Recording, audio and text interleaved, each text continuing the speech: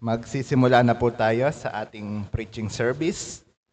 Bilang paunang awit po, tayong lahat ay umawit dito sa page 47 po. Kahangahangang salita ng buhay.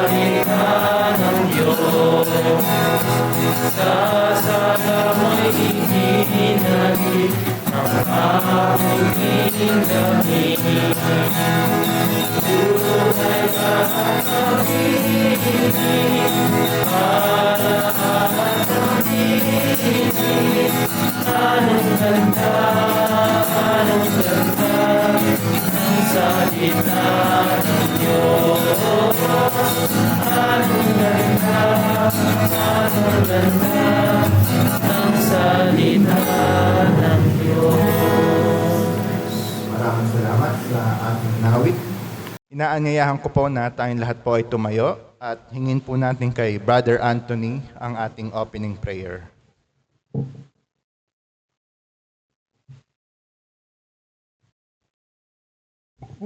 Po tayo po yung manalangin. Amang banal na dakila at makapangyarihan po sa lahat, lubos po kaming nagpupuri at nagpapasalamat po, Ama, sa napakabiyayang umaga po na ipinagkaloob niyo po sa amin. Pinahintulot po ninyo na kami po ay magtipon upang magkaroon po ng fellowship sa isa't isa. Pinahintulot niyo rin po sa mga oras na ito na aming pong mapakinggan ang inyo pong mensahe. Kaya dalangin po namin, Ama, nawa ay linisin niyo po at siyasatin ang mga puso po ng bawat isa po sa amin. Gawin niyo po kaming malinis at kalugod-lugod po sa inyo. Nang tanggapin po namin ng buong puso po ang inyo pong mensahe. Nilalapit din po namin ang inyo pong anak na itatayo sa aming pong kalagitnaan. Nawa ay pagpalain niyo po siya, puspusin niyo po siya ng inyong pong banal na spiritu. Nang sa gayon ay maipahayag po niya ng buong kapangyarihan at ng buong biyaya po ang inyo pong mga salita. Patnubayan niyo po, Ama, ang mga oras pong ito. I-bless niyo rin po ang mga kapatid namin na aming pong kapiling sa aming pong Facebook Live at lahat po ng mga maaabutan po ng mensahe sa aming pong YouTube. Maraming salamat po, Ama, at ang lahat pong ito ay aming samutiling sa tanging pangalan po ng aming Panginoong Hesus. Amen.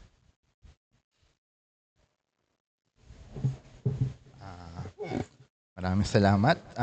Muli po ay magandang umaga. Ngayon po ay dadako na po tayo sa ating mga announcement.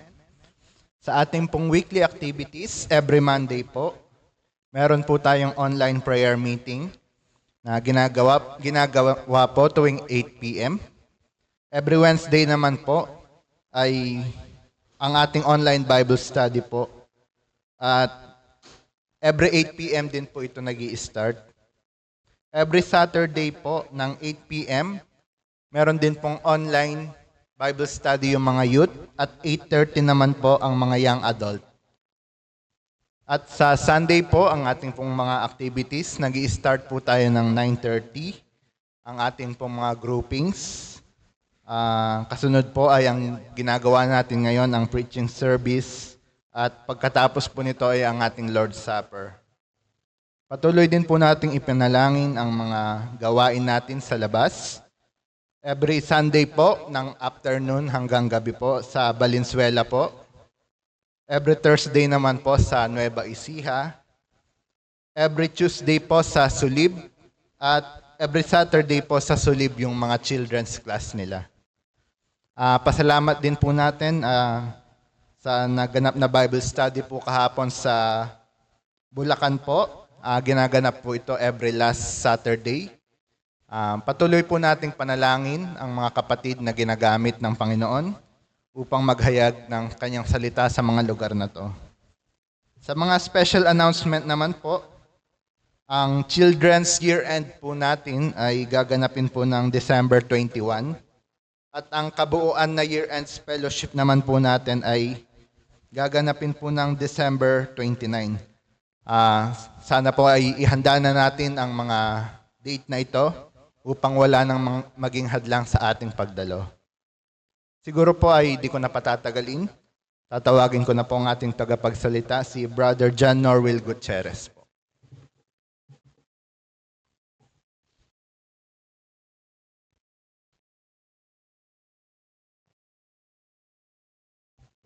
Thank you, Brother Bry. At magandang umaga po ulit sa ating pong lahat, mga kapatid. Purihin po at pasalamatan po natin ng Diyos. At meron po tayo ulit pagkakataon po na mag-aral po sa kanya pong mga salita. At nais ko pong i-share po sa atin, makikita po natin dito po sa Matthew chapter 9. Babasahin ko po siya sa aking pong hawak po na salin, ang magandang balita. Verse 9 hanggang sa mga sumusunod po. Kung nakita na po natin, ay babasahin ko po. Matthew chapter 9 verse 9, ang sabi po dito, pag-alis ni Jesus doon, nakita niya si Mateo na nakaupo sa tanggapan ng buwis. Sinabi ni Jesus sa kanya, sumunod ka sa akin. Tumayo nga si Mateo at sumunod sa kanya. Nang si Jesus at ang kanyang mga alagad ay nasa bahay, dumating ang maraming maniningil ng buwis at mga makasalanan. Sila'y magkakasalong kumain. Nang makita ito ng Pariseo, tinanong nila ang kanyang mga alagad, bakit nakikisalo ang inyong guro sa mga maniningil ng buwis at sa mga makasalanan? Narinig sila ni Jesus at siya ang sumagot, hindi nangangailangan ng manggagamot ang walang sakit, kundi ang may sakit. Humayo kayo at unawain ang kahulugan nito, habang ang nais ko ay hindi handog, sapagkat narito ako upang tawagin ang mga makasalanan, hindi ang mga matuwid. Salamat po sa pagkabasa ng mga salita ng Diyos. Tayo po ay minsan pa pong manalangin. Ama, marami pong salamat sa mapagpala at mabiyayang umaga na ipinagkaloob niyo po sa bawat isa po sa amin. At patuloy din po, Ama, ang aming pong dalangin, ang banal na Espiritu, ang siya pong manguna sa aming pong pag-aaral sa mga oras po na ito. Salamat sa mga salita po ninyo na aming pong binasa. At patuloy ang dalangin po namin na pangunahan niyo po kami sa aming pong patuloy po na pag-aaral sa inyo pong mga salita. Ganun din po sa lahat din po ng makakapanood at dadatnan po ng inyo pong mga salita. Patuloy ang banal na Espiritu ang siyang tumulong po sa amin. Nang sa gayon po ay wala pong maging hadlang sa aming pong pakikinig. At nawa ang kaaway ay hindi po makagawa sa aming pong mga puso't isipan. Nang sa gayon po ay hindi po maagaw ang mga salita po ninyo na mahayag po sa oras po na ito. Muli, Ama, ang lahat po ng ito ay amin pong dinadalangin at hinihiling sa matamis na pangalan lamang po na pong bugtong na anak, si Kristo Jesus. Amen. At muli po, magandang umaga po. Ito pong ating pong binasa dito po sa Magandang Balitang Salin. Binigyan po siya ng title po, Tinawag si Mateo. At ito po ay nasulat din po sa ibang aklat, katulad po sa Mark chapter 2, mababasa rin po natin po ito. Siguro mamaya titingnan din po natin. At nasulat din po ito doon po sa Luke chapter 5.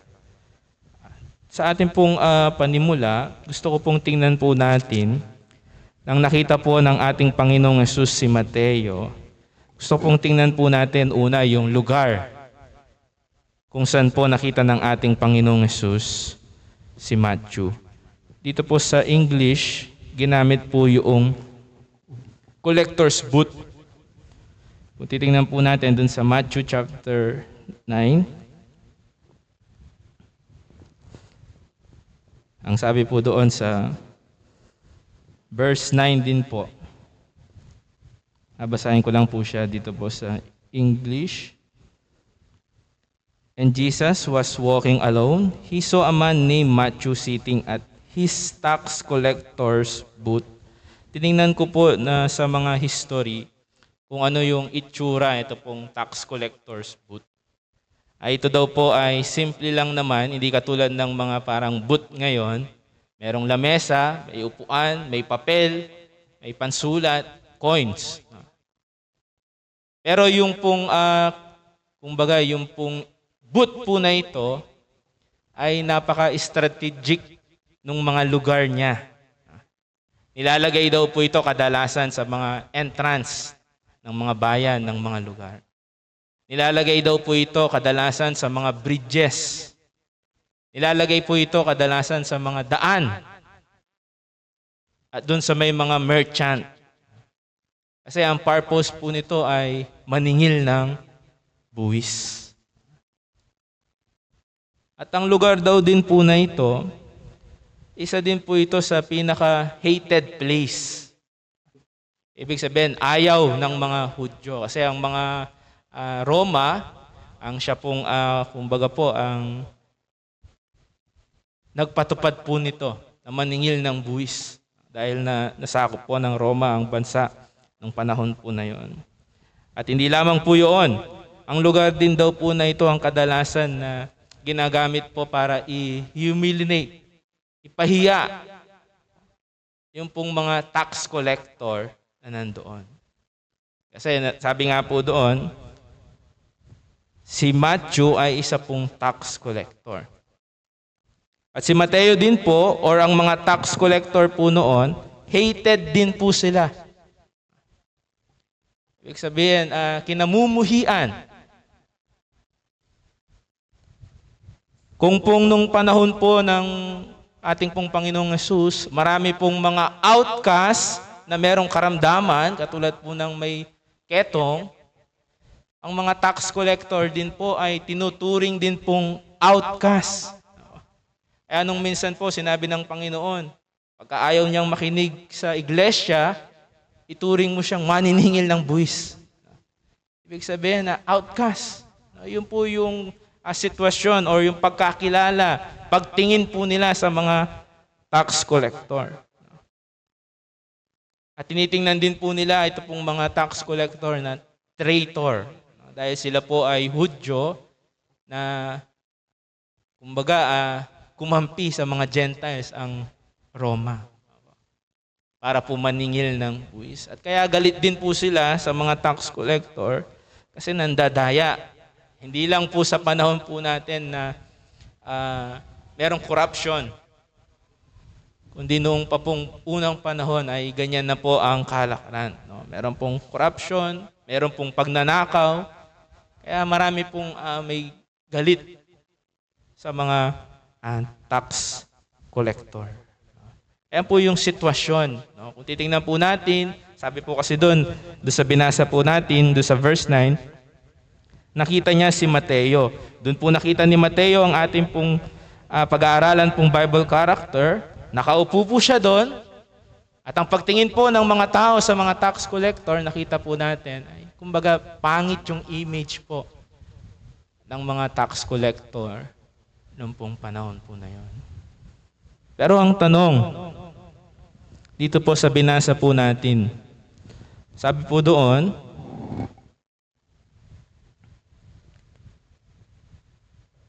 nung nabinasa po natin dito sa verse 9, sinabi ni Jesus sa kanya, sumunod ka sa akin.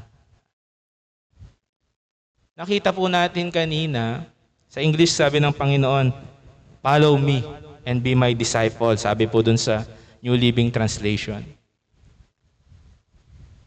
Hindi po ba nakakapagtaka?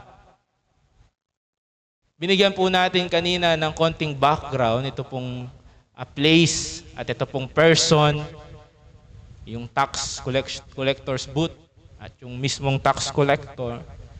Napakapangit po ng image po nito. Bakit po ang Panginoong Hesus ay nandoon po siya, doon po siya tumatawag? Bakit wala po siya sa mga templo at doon siya tumawag? Sundan mo ko and be my disciple. Bakit nandun po siya? At bakit si Mateo po ang tinawag po niya? At nais ko pong tingnan po natin po yan. Kasi po baka sa oras po na ito, isa ka rin po sa gustong tawagin ng Panginoong Hesus. Doon po sa sinabi ng ating Panginoon na follow me, ano po yung unang mapapansin po natin dito? O doon po sa Tagalog na sinabi po doon, sumunod ka sa akin. Alam niyo po, ito po ay isa pong imbitasyon.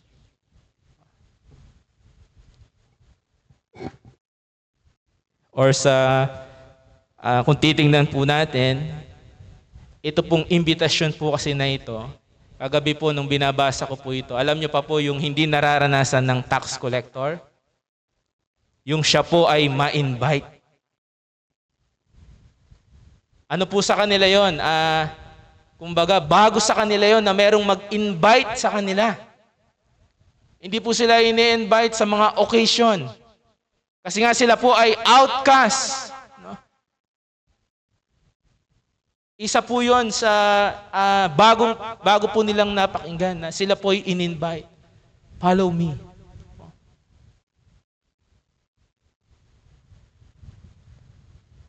Kaya kung titingnan po natin, ang Panginoong Hesus, meron din po siyang imbitasyon po sa atin. Sa lahat po sa atin, dito rin sa sinulat po ni Mateo, chapter 11, chapter 28 to 30.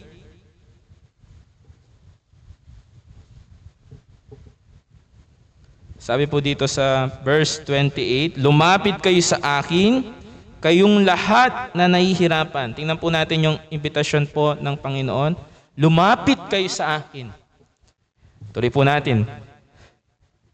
Kayong lahat na nahihirapan at lubhang na bibigatan sa inyong pasanin, at kayo'y bibigyan ko ng kapahingahan. Pasinin ninyo ang aking pamatok, at matuto kayo sa aking sapagkat ako'y maamo at may mababang loob. Makakatagpo kayo sa akin ng kapahingaan. Ito po ay isa rin pong imbitasyon po ng ating pong Panginoong Hesus. Hindi lamang po kay Mateo. Sabi po niya doon, lumapit kayong lahat. Ang Panginoon po, lagi po siyang meron pong imbitasyon po sa atin. Kahit ang Diyos nung panahon po ni Noah, ang sabi po niya kay Noah, nung nagawa po yung arko, come unto the ark. Ang sabi ng Diyos kay Noah, hindi niya sinabing, go, pumasok ka doon. Ang sinabi niya, come. Bakit? Anong pinapakita po doon? Na ang Diyos ay nandun sa arko, kaya siya maliligtas. Kaya siya ay safe. Kasi nandun ang Diyos. At doon sa sinabi po ng ating Panginoon kay Mateo, Ang sabi niya, follow me. Sa persona ng atin pong Panginoong Yesus. At tayo po ay meron din pong invitasyon po sa atin. Sabi po doon, kayong lahat na, ang sabi po dito, kayong lahat na nahihirapang lubha. Bakit po ba meron paghihirap ang tao? Sa kasalanan. Di po ba? Nais po niya na tayong makasalanan ay lumapit sa ating Panginoong Yesus. At ang sabi po niya dito, nabibigatan. Bakit? Bakit nabibigatan ng tao? Dahil ang kala niya, ang kanyang kaligtasan ay sa kanyang paggawa. At mabigat. Yung law ay mabigat. Pero hindi po. Sabi po niya dito, bibigyan ko kayo ng kapahingahan. Ang persona po ng Panginoong Yesus ang makakapagligtas po sa atin. Kaya dito po makikita po natin bakit po si Mateo po yung tinawag po niya. Ang sabi po niya kasi dito, balikan po natin. Siguro basahin din po natin yun dun sa Luke chapter 5 verse 21 to 32.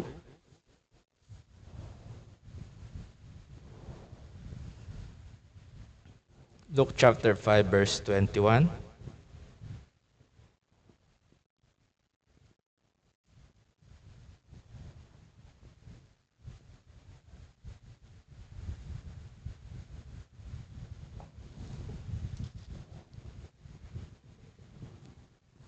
Sabi po dito sa Luke chapter 5,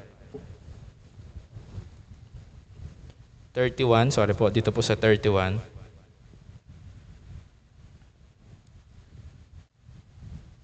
Babasahin ko muna po dito po sa Tagalog. Sabi po, sinagot sila ni Jesus, hindi nangangailangan ng manggagamot ang walang sakit, kundi ang may sakit. Hindi ako naparito upang tawagin ang mga matuwid, kundi ang mga kasalanan upang sila'y magsisi. Pansinin po natin po dito. Kasi ito pong mga religious group po na ito ay meron po silang bulong-bulungan. Bakit nakikisama ang Panginoong Yesus sa mga tax collector? Why? Kasi nga ang tingin po nila sa tax collector ay outcast. Pero si Jesus nakikisama siya. Bakit? Dahil ang tingin po niya sa isa pong makasalanan, ano po? Meron pong karamdaman. Ito po yung inalintulad niya po dito, kaya sa English, napakaganda. Jesus answered them, healthy people don't need a doctor. Sick people do. I have come to call not those who think they are righteous, but those who know they are sinner and need to repent. Ito po yung napakaganda. Ang tingin po niya sa isang may kasalanan, meron pong karamdaman. At ano po, bilang isang doktor, ano po ang kanyang initial reaction? Di pa po, need po ng isang may karamdaman ng atensyon. At ito po yung difference ng isang tax collector at ito pong mga Pharisees. Napakaganda nung dito po sa New Living Translation, ang sabi po niya dito, but those who knows, alam nila na they are sinners.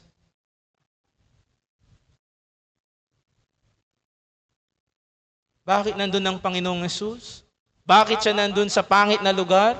Bakit nandun siya sa mga makasalanang tao?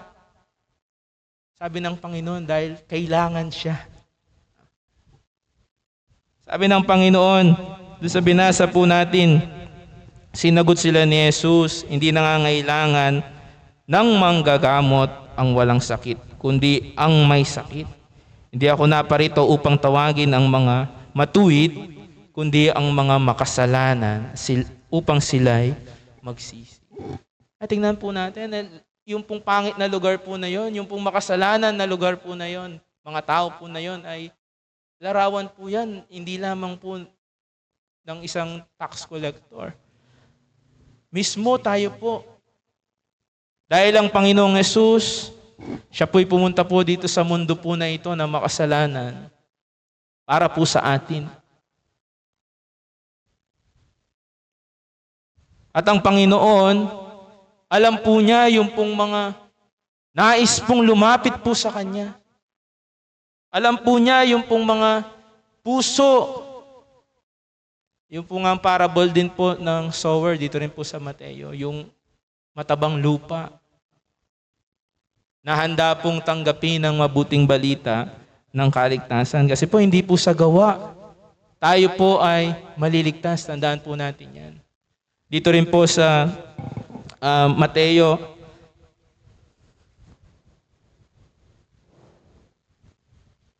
sa chapter 19, nung pong ang mga alagad ay nagtanong sa Panginoon.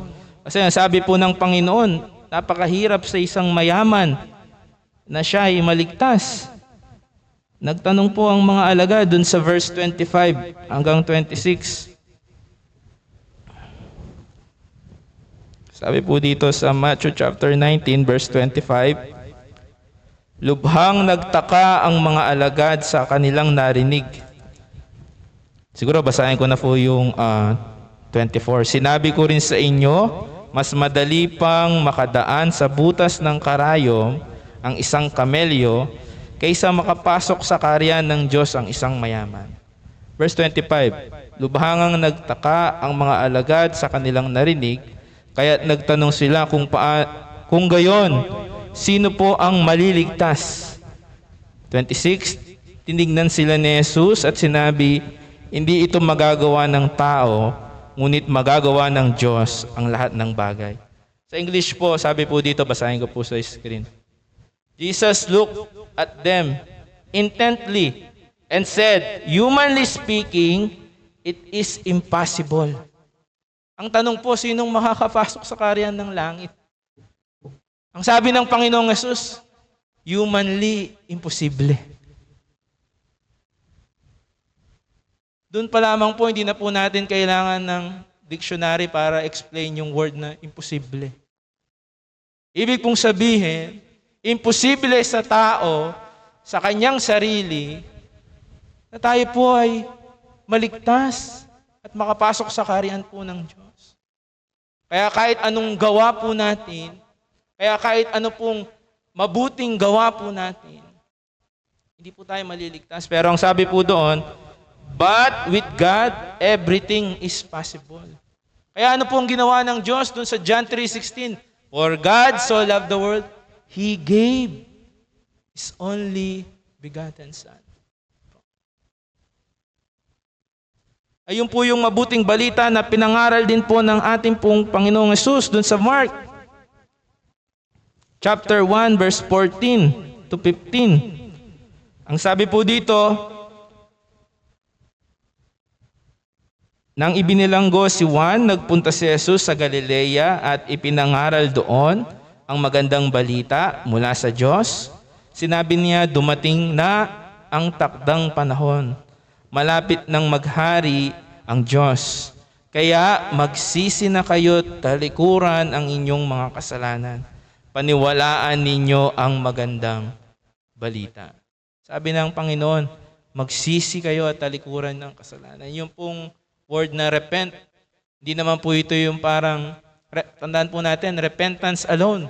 Hindi po tayo maliligtas po doon. Si Judas, nagrepent din po siya, pero hindi po siya naniwala sa mabuting balita. Kaya po napaka-importante po nito, repent, maniwala kayo kasi yung repentance, ang ibig sabihin po nun, turning back sa word ng Hebrew. Sa Greek, change mind. Ano pong ibig sabihin? Tingnan po natin din po dun sa Luke. Buksan po natin sa Luke. Ano po ba yung turning back? Sa Luke, napakaganda po. Sabi po kasi dito sa verse 28, tumayo nga si Levi. Yung Levi po, si Matthew rin po ito. Iniwan niya ang lahat. Yun po yung turning back. Iniwan niya ang lahat. Doon sa Matthew, hindi po nakasulat po yung pag-iwan po niya. Nakita lang po natin po doon sa Mateo yung decision po niya. Tumayo siya. Pero dito nakita natin kay Levi yung pong choices niya. Meron siyang choices na stay. Bakit? Kasi yung nandun po ay yung kanyang trabaho. Yung nandun po yung kanya pong source ng income. At pagka tax collector ka nun, hindi lang sa panahon natin, ay mayaman. Mayaman ka, mapera ka. Kasi nga, dun sa pandaraya, dun sa pagnanakaw. Pero ang sabi po dito sa account ni Luke, iniwan niya ang lahat. Choice niya po yun eh. Yun po yung repent po niya. Tinalikuran po niya at sabi po doon, believe in the gospel. Kasi alam niyo po sa panahon po natin, sabi nga po sa 2 Thessalonians chapter 2, verse 14, tinatawag din po tayo sa panahon po natin sa pamamagitan ng mabuting balita. Sabi po dito, tinawag kayo ng Diyos sa pamamagitan ng magandang balita na ipinahayag namin sa inyo upang makasama kayo sa kalwalatian ng ating Panginoong Hesukristo. Kaya kung titingnan po natin, dito po sa ating pong pinag-aaralan, si Matthew, tinawag po siya ng Panginoon. Hindi dahil mabait siya. Hindi dahil banal siya. Tinawag po siya ng Panginoon para siya po'y magkaroon po ng kaligtasan. Tayo rin po ay tinatawag po ng Panginoon para tayo po ay maligtas. Kasi tayo po ay parang meron pong karamdaman. Yung may karamdaman, pag siya'y gumawa, lalo po siyang magkakasakit. Pero ang Panginoon sabi niya, I will give you rest. Ang kailangan lang po natin ay lumapit sa Panginoon. Katulad po ng ginawa ni Mateo. At nakita po natin yung pong kagandahan po ng ang paglapit po natin. Ang Diyos, tandaan po natin, ang Ama, nagbibigay po siya, regalo, kaloob. Ang Panginoon, nag-i-invite naman siya. Para saan? At gusto ko pong pangalawang tingnan po natin yung naging reaction po, yung response ni Mateo. Immediately, tumayo siya. Why? Kasi ako'y naniniwala, kahit na nandun po si Matthew, sabihin natin na kumikita po siya doon, alam niya na merong kulang sa kanya. Kaya nga sabi ng Panginoong Yesus, no? Doon sa binasa po natin doon sa Luke, sabi niya sa English, alam niya na makasalanan siya. Alam niya na yung meron siya, hindi siya kayang bigyan ng satisfaction po nun. Kaya nung nakita po niya ang ating pong Panginoong Yesus, nakita po natin yung response. Kaya alam niyo po, tayo po ano pong response po natin sa mabuting balita? Ano po yung response po natin sa Panginoon? Kasi po ang mabuting balita, napakaganda po niyan. Ito po ay kapangyarihan ng Diyos, sabi po sa Roma chapter 1 verse 16. Pero kung hindi po tayo magre-response, kung narinig po natin po ito, pero ang mas pinaniwalaan pa rin po natin na gagawa lang ako ng mabuti, maliligtas ako. Hindi po yun magkakaroon po ng effect sa buhay po natin. Pero kay Matthew, nakita po natin, hindi lamang po iniwan po niya, no? Tinalikuran niya. Kaya nga nung minsan po, nung nasabi ni Brother Wilson, maraming nagalit sa kanya. Ako po'y naniniwala po doon, historically. Kasi po yung tax collector booth po pala, isa rin po sa nabasa ko, meron pong 2 Roman soldier po doon na nagbabantay para ipatupad yung tax. Ako po'y naniniwala na maaring meron din pong komosyon, no? Nung iniwan po niya yun, pero siya'y sumunod sa Panginoon. At ang napakaganda pa po, hindi lamang po yun. Hindi lamang po yung kanya pong decision at yung pinili po niya ang Panginoon. Yun nga, yung pong follow me, ang sabi po niya doon. Kung babalikan din po natin yun dun sa Luke, siguro tingnan natin dito sa Luke chapter 5, verse 29. After po noon, ang sabi po niya dito sa 29, Si Jesus ay hinandugan ni Levi ng isang malaking handaan sa kanyang bahay. Kasalo niya roon ang maraming maniningil ng buwis at iba pang mga tao. Okay, ito po yung isa pa pong maganda. Doon po sa Matthew, kung titingnan po natin, sabi po doon si Jesus ay nasa isang bahay at siya ay nag-dinner. Pero dito napakalinaw po na si Levi yung nag-initiate po noon. At i-invite as a guest honor ang ating Panginoong Jesus sa kanyang tahanan. At tingnan po natin sino po yung mga nandoroon. Kapwa po niya tax collector at mga makakasalanan. Why? Kasi nga sila po yung outcast. Apo? Kung meron mang mag-i-invite sa kanila, yung kapwa po nila ng mga tax collector at mga makakasalanan. At ano po yung maganda po dito? Bakit po ginawa po ito ni Matthew? Kaya nga from table ng tax, naniningil ng tax, iniwanan niya po yung table na yon. At meron pong bagong table na kasama po niya doon ang Panginoon. At in-invite po niya yung iba para makilala po ng iba ang Panginoon. Actually, yan po yung mga pattern po ng ginagawa po natin. Yung pong mga home Bible study po natin. Pagka meron pong isang naligtas, ini-encourage po natin sila na i-share yung gospel sa kanilang pamilya. Kasi yun po yung sinabi rin po sa Acts chapter 16.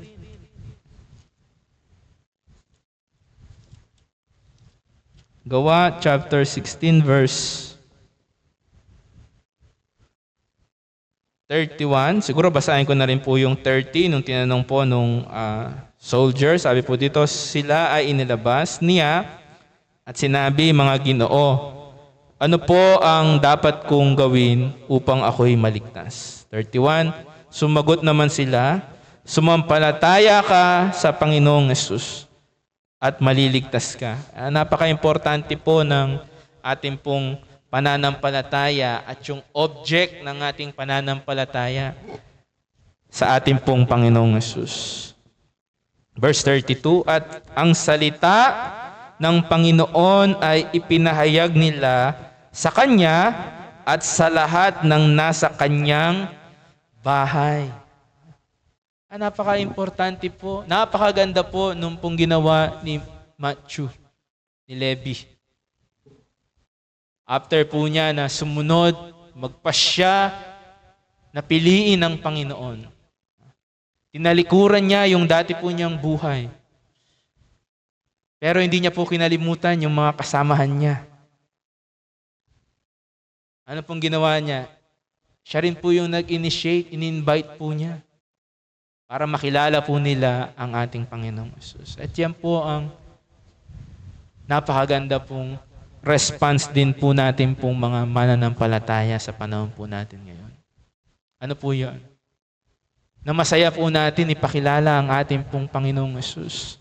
Alam niyo pa yung ibig pong sabihin nung Matthew, yung pangalan po niya from Levi, naging Matthew, gift of God. Na-highlight po kasi sa life po ni Matthew yung pong biyaya ng Diyos. From tax collector. Ano po? Kung yung pong mga Pariseyo, nagulat po sila, bakit nakikisama ang Panginoong Yesus sa mga maniningil ng buwis? Ako po'y naniniwala, mas nagulat po si Mateo. Pero po sumagana po ang biyaya ng Diyos. Why?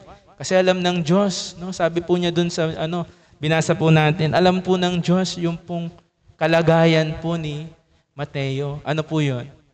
Alam niya na makasalanan siya. Yun po yung wala sa mga Pariseyo eh. Ang alam nila, matuwid sila. Kaya napakaganda rin po yung pong parable po nung sa Luke chapter 18. Siguro po dito po tayo magwawakas. Gusto ko lang pong basahin po ito sa Luke chapter 18 verse 9.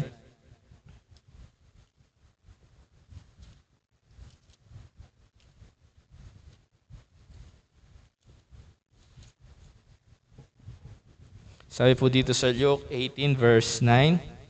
ang talinhaga ng Pariseyo at ng maniningil ng buwis. Sabi po sa verse 9, sinabi rin niya ang talinghagang ito sa mga taong matuwid, ang tingin sa sarili at hinahamak naman ng iba. May dalawang lalaking pumasok sa templo upang manalangin. Ang isa ay Pariseyo at ang isa ay maniningil ng buwis. Tumayo ang Pariseyo at nanalangin ng ganito, O Diyos, nagpapasalamat ako sa iyo sapagkat hindi ako katulad ng iba ng mga magnanakaw, mandaraya, mga ngalunya, o kaya'y katulad ng maniningil ng buwis na ito. Verse 12, 2 beses ako nag-aayuno sa isang linggo at nagbibigay rin ako ng ikasampung bahagi mula sa lahat ng aking kinikita. Samantalang ang maniningil ng buwis na may nakatayo sa malayo. Tingnan po natin po yung Pariseyo. Napakaganda po ng mga ginagawa po niya. Sa 13 naman po, samantalang ang maniningil ng buwis na may nakatayo sa malayo at di man lamang makatingin sa langit, dinadagukan ang kanyang dibdib at sinasabi, O Diyos, mahabag po kayo sa akin na isang makasalanan. Sinabi ko sa iyo, ang lalaking ito'y umuwing matuwid sa harapan ng Diyos at hindi ang Pariseyo, sapagkat ang sinumang nagmamataas ay ibababa at ang nagpapakababa ay itataas. Samantalang yung maniningil ng buwis, sinabi niya, ako'y makasalanan. Pero sino po ang sinabing matuwid? Yung gumagawa po ba ng mabuti? O yung alam niya na siya'y makasalanan, na humingi ng tawad sa Panginoon? Yung pong maniningil ng buwis, di po ba? Alam niyo po, the more na tayo po'y gumagawa po ng mabuti, lalo po tayong nalalayo sa Panginoon. Tandaan po natin po yun. Pero the more na nakikita po nating makasalanan po tayo, doon po tayo nagsisik ng ating pong Savior.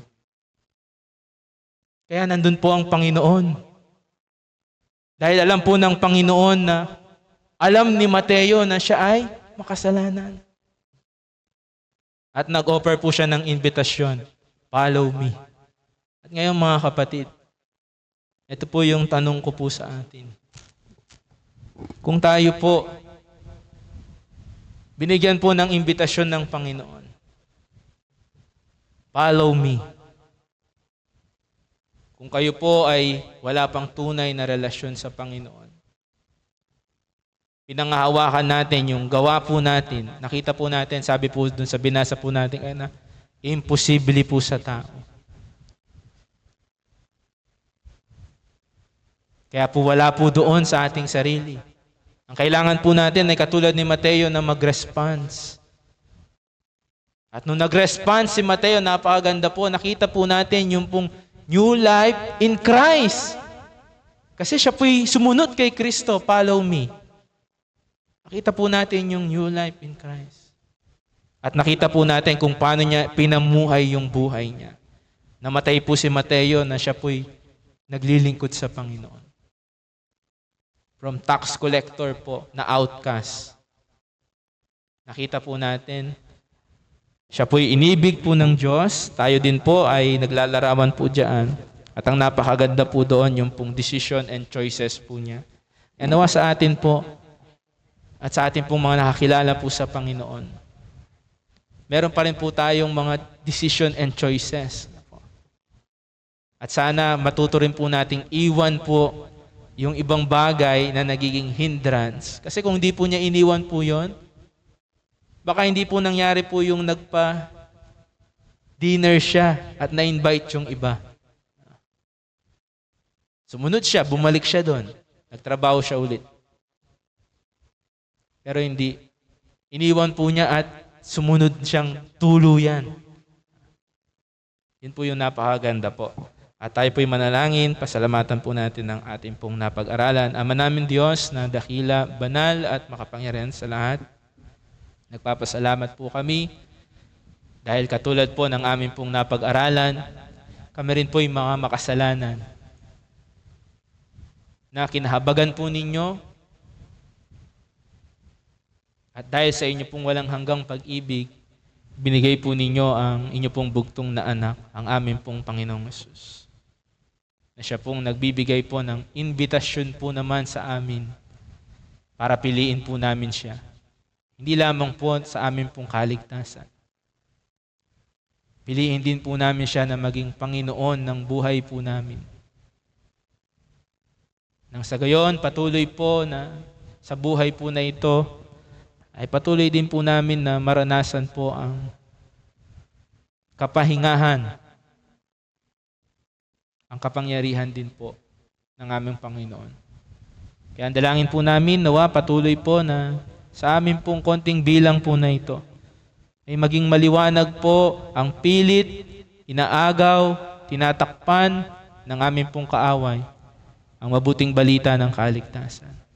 Maging maliwanag sa bawat puso ng bawat isa po sa amin na kami maliligtas lamang po sa pamamagitan ng persona ng aming pong Panginoong Hesus, sa pamamagitan ng paniniwala po sa Kanya.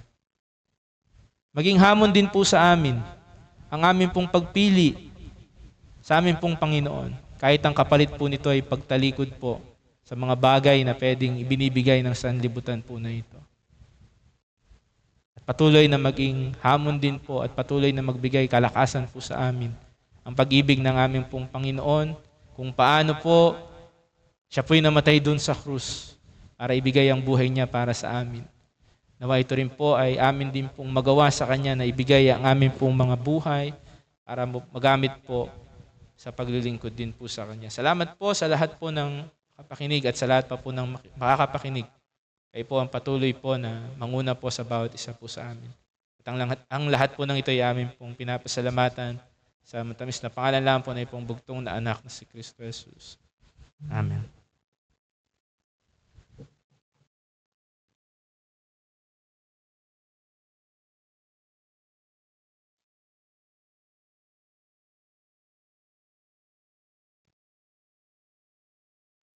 Maraming salamat sa salita ng Diyos na ating narinig. Naway ito'y manatili at magamit natin sa ating pang-araw-araw na pamumuhay. Bilang huling awitin po, umawit po tayo dito sa page 78. Malambing na tumatawag.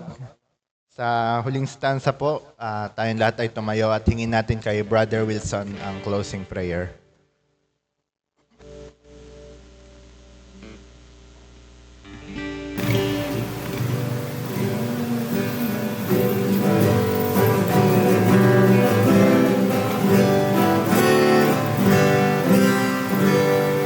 Malambing na tumatawag si Kristo sa iyo at sa akin.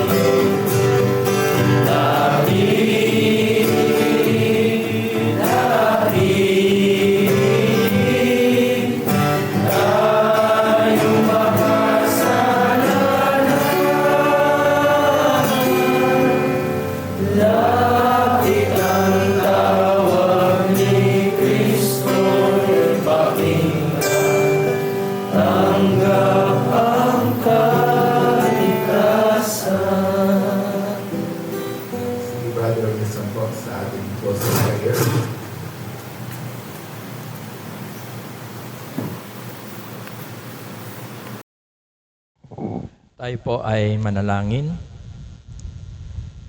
Amang banal na nasa langit, lubos ka po naming pinupuri at pinasasalamatan po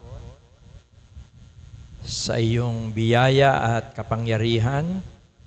Kami muli mo pong tinipon, pinagbuklod sa kapangyarihan ng iyong Espiritu Santo na sumasa aming lahat.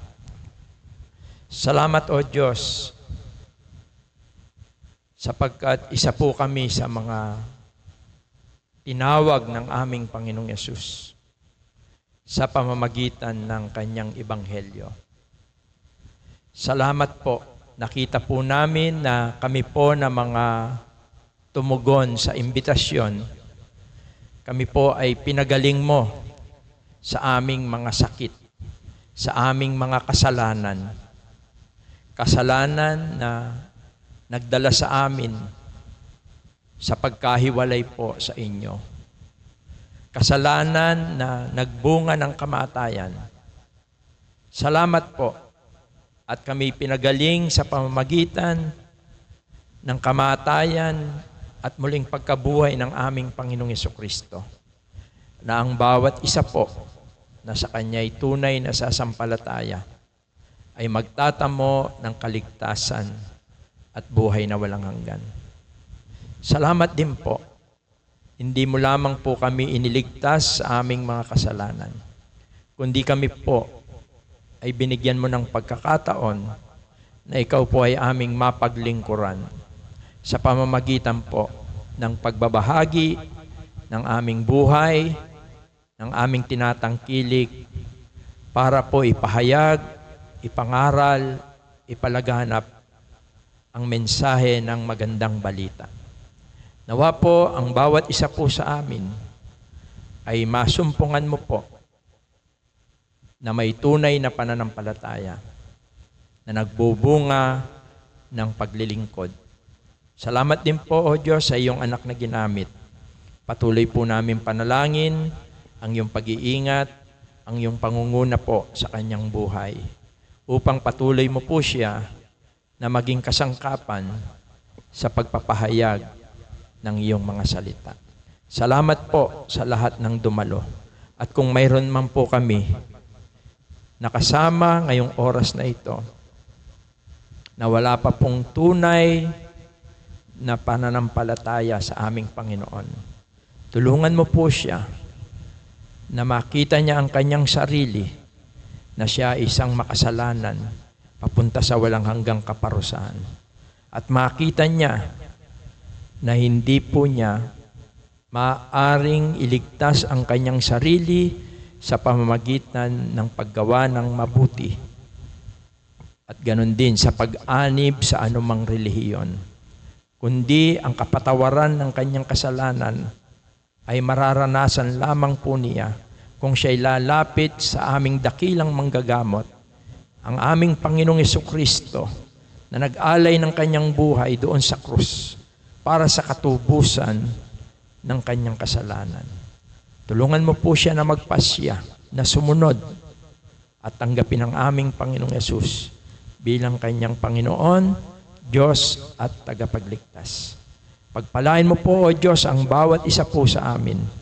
Naway taglayin namin ang kapangyarihan ng Espiritu Santo upang buong tapang at buong katapatan naming ipangaral ang mensahe ng magandang balita. Pagpalain mo rin po ang natitirang oras sa mga kapatid na makikibahagi sa banal na hapunan, sa breaking of bread.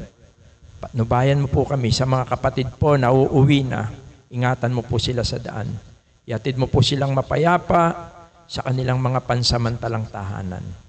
Salamat po, O Diyos. Ibinabalik po namin ang pinakamataas na pagpupuri at pagpapasalamat sa dakila at makapangyarihang pangalan po ng iyong bugtong na anak na si Jesus na aming tagapagligtas. Amen. Good morning and God bless po sa bawat isa po sa atin.